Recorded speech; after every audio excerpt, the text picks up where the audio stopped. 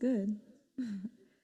Good morning. I am Jiwon, and I have been a shepherd for about a year and a half. And I think, like the other shepherds in this room, I was very thankful to have the opportunity to receive so much encouragement and refreshment this past weekend. I think we had a little under 200 shepherds in this conference.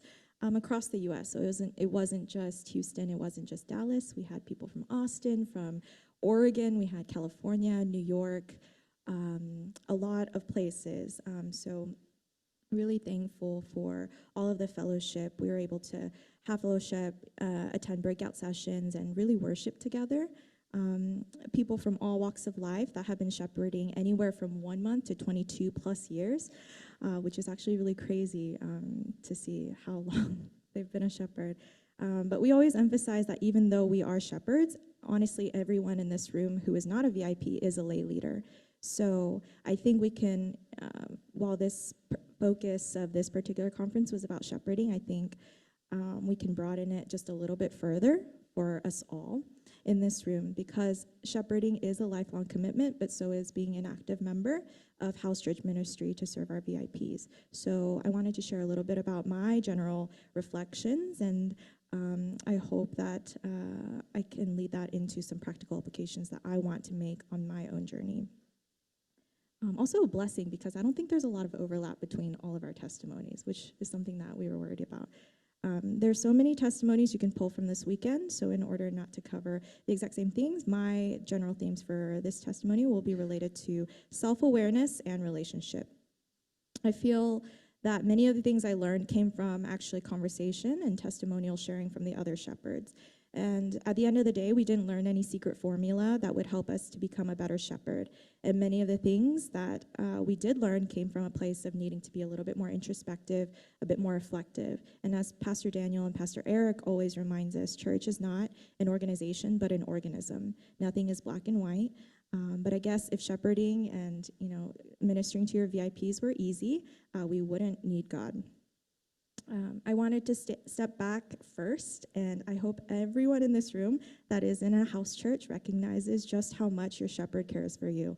I don't know what you guys did to your shepherds, but they were crying, they were asking so many questions, writing down everything, sharing how thankful they are for you all. And you can take this how you would like, but they're actually so obsessed with you all. They were all so focused on how they can be a better shepherd for you and how to build a better relationship for you. And I hope and encourage you all to love on your shepherds and support them, compliment them. They really love that. They really, really do. Text them back on time. Come to house church early, and so many other things, right? And I say this from a completely, no investment in this game. I'm no skin in the game. But they easily get hurt. So Ecuador House Church, I think there's one person here. I'm pretty tough, so you don't need to compliment me that much, but I personally love getting told that my food is really good. So pocket that for future reference. And I say this because we talked a lot about self-awareness throughout this conference. My overwhelming takeaway was that I, as a shepherd, have been more of a facilitator of house church than truly focusing on pushing my members to grow spiritually. Especially given the trajectory and background of how our personal house church got started, I reflected on how we've been, in a sense, in survival mode of making sure we're all having fun, we're all getting over past hurts, and making sure we're focused on VIPs. I think I've been ticking off boxes in a mental checklist. Do we have good food? Yes. Do we have an icebreaker? Yes. Do we have a long enough sharing time? Yes. Did we invite our VIPs and do our due diligence, et cetera, et cetera? And I don't think I ever stopped to think about if I have been someone that pushes my members to think about their own spiritual life. I thought throughout this conference, have I been taking shepherding too lightly? If the role of a shepherd is to pastor to their house church, have I been doing that? Pastoring meaning taking care of your sheep. Maybe I might be taking care of my sheep's surface level needs, but have I been helping them to feel spiritually full? In my small group, we talked about the fact that if you are a good cook but spend no time encouraging your house church members to talk about their spiritual life during and outside of house church, you are just that, a good cook. And if house church is fun without diving into an open conversation about our own spiritual journeys, it's just a good time, no different from any other group hangout. I also want to take this moment to really apologize to each of my house church members for not doing that and recommitting myself to do better and to focus on helping build your spiritual life in whatever ways I can be a resource for. I also repented this week for every time I took shepherding lightly, every time I wasn't thankful for having the opportunity to live life with you all. In the last session that Pastor Eric led, we talked about our own self-awareness of who we are in the broad sense of the word, taking a step back and realizing what my life would be like in the absence of God's grace. We as humans are so self-absorbed, aren't we? We take being a shepherd, being a house church member, being a Christian, all for granted. Pastor Eric challenged us to think about who we would be, how we would live if we didn't have this God's grace. If we weren't saved, if we never got to know who our Lord Jesus was, if we never had a house church community, if we didn't have ANF, could you imagine what type of life you would be living? Would it be a vicious cycle of sin and depression? In contrast, how amazing and loved we are to not only be a precious child of God, but to also have an amazing community of God's family. Putting this into context of house church, if we know what our life would be like without our members, without your shepherd, without our amazing Pastor Daniel, and without Jesus, would we take it so lightly? From all the big things to the little things. Would we be as lazy to reach out to members and VIPs? Would we be reluctant to pray and fast for each and every one of our members? Would we complain about who we are in a house church with? Would we come to house church late? Would we be on our phones or laying down while we share? The list goes on and on. We take things lightly when we take things for granted and when we are not thankful for this precious gift of God that we have.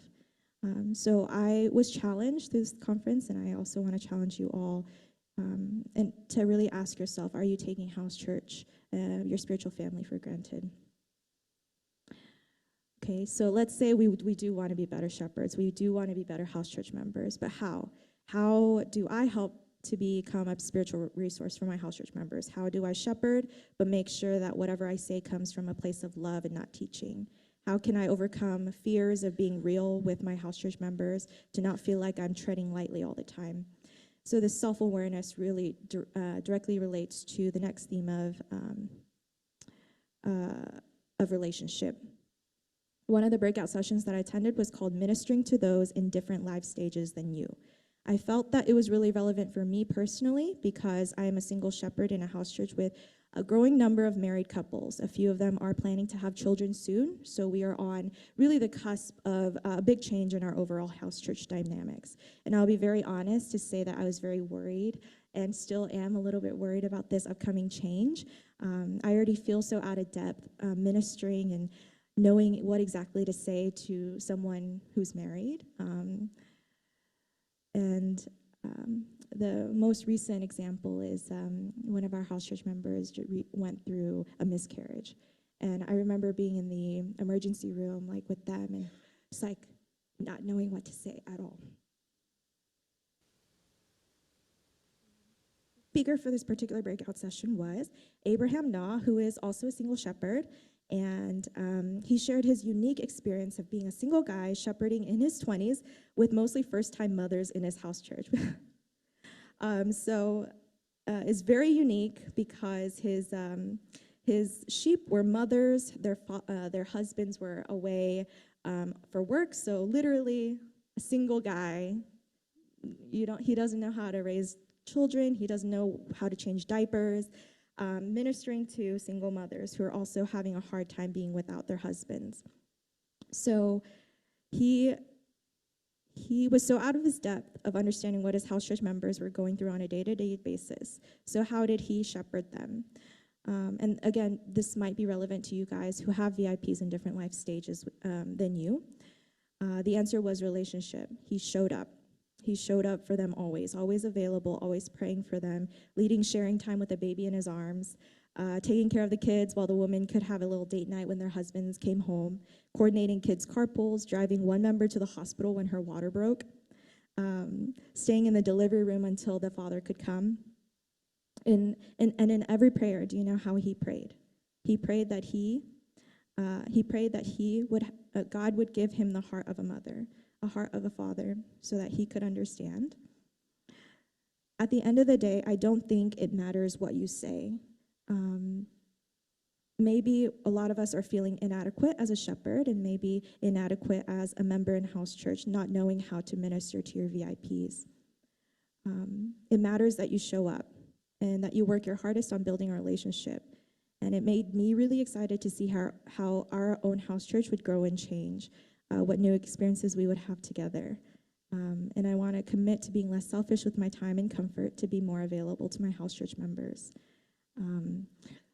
There are so many stories, so many testimonies that I want to share, but I will wrap up. I feel very recharged and ready to return home to Dallas, which is always better than Houston. I feel like I have gained more perspective and a more thankful heart for my house church members who I want to love and care for, as well as our pastor Daniel, who constantly works and prays hard for our shepherds to be spiritually replenished. And I hope this testimony was able to maybe encourage you and challenge you. But if you take away just one thing, I will go back to my first point, and even though I may sound like I have invested interest in this, love on your shepherds. Your house church shepherds, the shepherd of your shepherd, Pastor Daniel, and of course, the shepherd of our lives, Jesus. That's it. Thank you.